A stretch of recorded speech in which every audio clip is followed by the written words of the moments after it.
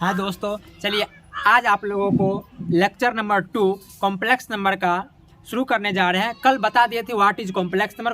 Complex number हो क्या रहा था, आयोटा क्या था। तो आयोटा एक आई से सूचित करने वाले ग्रीक लेटर था, जिसे ग्रीक भाषा में 9th लेटर कहा जाता है। आयोटा का मान क्या होता था अपना सबको, तो √-1 होता था। और जैसे ही अंडर रूट इधर आता था तो आई स्क्वायर का मान कितना हो जाता था, -1 हो जाता था।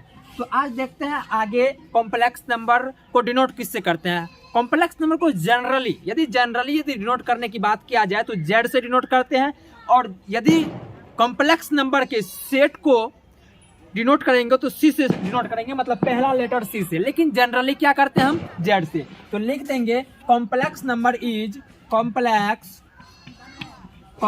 नंबर इज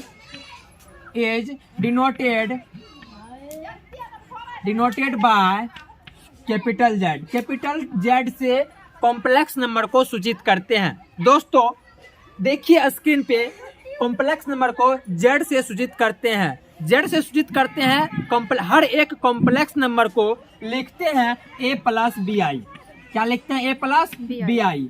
हर एक कॉम्प्लेक्स नंबर को क्या लिखेंगे, a+bi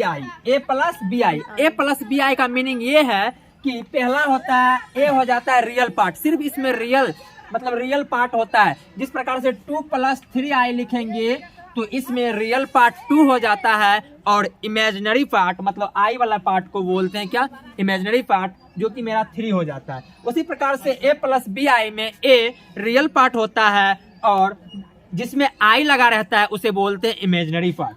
तो a+bi में ए क्या हो गया, मेरा रियल पार्ट, कॉम्प्लेक्स नंबर का रियल पार्ट। कॉम्प्लेक्स नंबर का जो स्टैंडर्ड फॉर्म होता है, स्टैंडर्ड फॉर्म ऑफ, लिख देते हैं बच्चों आप लोगों के बीच, स्टैंडर्ड फॉर्म ऑफ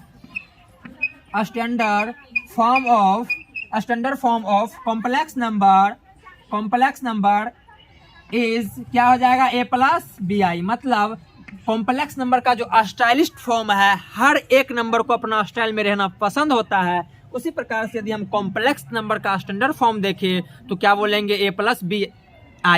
तो क्या हो जाएगा, z हम लिखते हैं a+bi। z क्या लिखेंगे, a+bi। जेड एक क्या है, कॉम्प्लेक्स नंबर है। जेड क्या है, एक कॉम्प्लेक्स नंबर है। जेड एक कॉम्प्लेक्स नंबर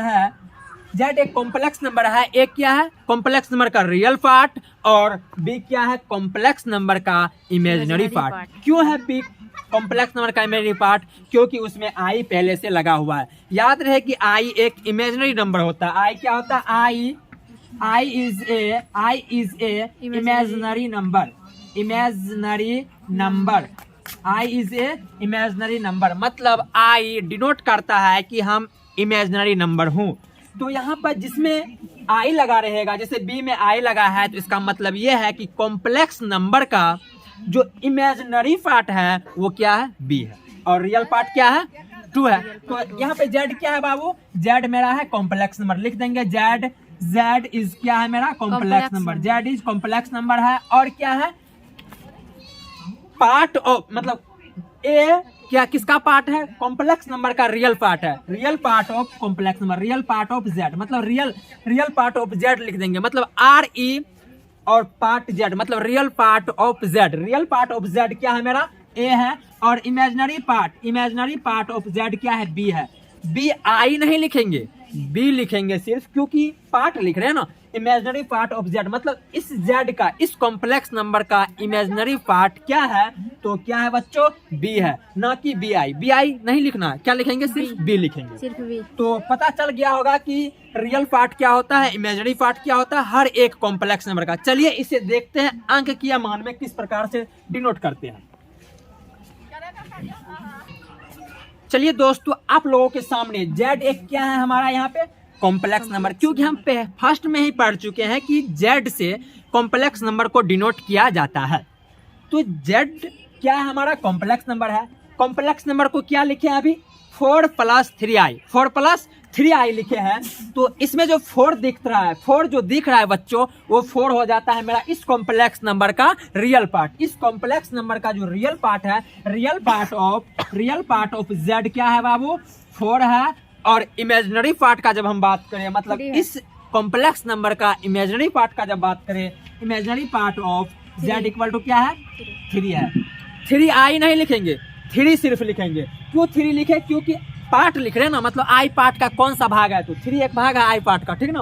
उसी प्रकार से यदि अपना सब लिखे 4 + 2i, तो इसमें रियल पार्ट कौन है? कॉम्प्लेक्स नंबर का रियल पार्ट जो है, real part of z equal to क्या है 4, और imaginary part of z equal to क्या हो जाएगा 2 हो जाएगा। मतलब गणितज्ञ का कहना था, यूलर साहब का कहना था कि हर एक कॉम्प्लेक्स नंबर को हम लिखना पसंद करेंगे a + bi के रूप में, जहां a एक रियल नंबर रहेगा और b एक क्या रहेगा, इमेजिनरी नंबर रहेगा। मतलब a + bi के रूप में हमेशा हर एक कॉम्प्लेक्स नंबर को लिखना पसंद किया। कौन? हमारे महान गणितज्ञ, स्विट्जरलैंड के महान गणितज्ञ यूलर साहब। तो इसी प्रकार से यदि 0 सिर्फ दे दिया जाए, अब क्या 1-2 अंक पर देखते हैं। जैसे यदि दे दिया जाए 4, अब 4 कॉम्प्लेक्स नंबर है या नहीं पता करते हैं। कॉम्प्लेक्स नंबर 4 है, क्यों है इसको लिख सकते हैं हम। 4 + क्या 0i, 0 में i लगा दो कोई फर्क नहीं पड़ता है, 0 लिख दो कोई फर्क नहीं पड़ता है, सिर्फ प्लस में लिखे हैं, कोई एक्शन नहीं लेगा। जब एक्शन ही नहीं लेगा तो हम हर एक नंबर को कॉम्प्लेक्स नंबर के रूप में लिख सकते हैं। इसको एक नाम दे देंगे क्या, z। तो इस z का, इस कॉम्प्लेक्स नंबर का जो है रियल पार्ट क्या है बच्चों, इस कॉम्प्लेक्स नंबर का real part of z equal to क्या आ जाएगा 4 हो जाएगा। स्क्रीन पे देखिए z इक्वल टू क्या है 4 + 0i, तो real part of z equal to क्या हो जाएगा 4, और इमेजिनरी पार्ट ऑफ z कितना हो जाएगा बाबू 0 हो जाएगा, क्योंकि 0 में आई लगा हुआ है, 0 हो जाएगा। उसी प्रकार से यदि आपको दे दिया जाए 0 सिर्फ दे दिया जाए तो 0 क्या लिख सकते हैं 0 + 0i, क्योंकि हर एक कॉम्प्लेक्स नंबर को हम लिखना किसमें पसंद करते हैं, कॉम्प्लेक्स नंबर को a + bi के रूप में लिखना पसंद करते हैं। इसीलिए 0 लिखा हुआ है तो हम पहले a + bi के रूप में लिखेंगे। कैसे लिखेंगे 0 + 0i लिख देंगे, 0 + 0i जैसे ही लिखे तो ऐसा लग रहा है कि यह कॉम्प्लेक्स नंबर के टर्म्स में रूपरेखा में लिख दिए। इसका नाम दे देंगे क्या z इक्वल टू 0 + 0i। तो बताओ इसमें रियल पार्ट ऑफ z क्या हो जाएगा, real part of z equal to क्या, मतलब रियल पार्ट क्या है, देखो बच्चों 0 एक रियल नंबर है, 0 हो जाएगा। इमेजिनरी पार्ट ऑफ z क्या है 0 है, जिसमें i लगा रहे उसी को बोलते क्या, इमेजिनरी पार्ट ऑफ z। तो imaginary part of z equal to क्या है 0। देखिए स्क्रीन पे किस प्रकार से अपना रूप रेखा देता है कॉम्प्लेक्स नंबर। भले ही ये कॉम्प्लेक्स नंबर चैप्टर मीनिंगलेस है, लेकिन यार ऐसा नहीं है कि यूजलेस भी है, यूजफुल बहुत ज़्यादा है इस चैप्टर में। और एनडीए, जेई मेंस, एडवांस सारे से सारे क्वेश्चन बोर्ड सारे यहाँ से पूछते हैं क्वेश्चन। तो देखते हैं और आगे इसमें चलिए बच्चों, आज आप लोगों के बीच फिर से लिए हैं क्या z इक्वल टू 5 - 6i। इसमें क्या है, z एक कॉम्प्लेक्स नंबर है, और कॉम्प्लेक्स नंबर का स्टैंडर्ड फॉर्म होता है a + bi। तो a + bi के रूप में लिख दिया हुआ है, a और b i लगा दिया हुआ है। तो अब क्या करना है, इसमें रियल पार्ट ऑफ z को लिखना है, इमेजिनरी पार्ट ऑफ z को लिखना है। आपका जो सेशन पहला हुआ था उसमें कॉम्प्लेक्स नंबर, दूसरा सेशन जो चल रहा है इसमें क्या सीख रहे हैं, उसका आगे का पार्ट देख रहे हैं। तो उसके आगे के पार्ट में यही लिखना पड़ता है कि रियल पार्ट ऑफ z क्या है, इमेजिनरी पार्ट ऑफ z क्या है। तो रियल पार्ट ऑफ z इसमें क्या हो जाएगा, रियल पार्ट ऑफ z, मतलब इस कॉम्प्लेक्स नंबर का रियल पार्ट क्या है, इस कॉम्प्लेक्स नंबर का रियल पार्ट क्या हो जाएगा 5 हो जाएगा। Imaginary part of z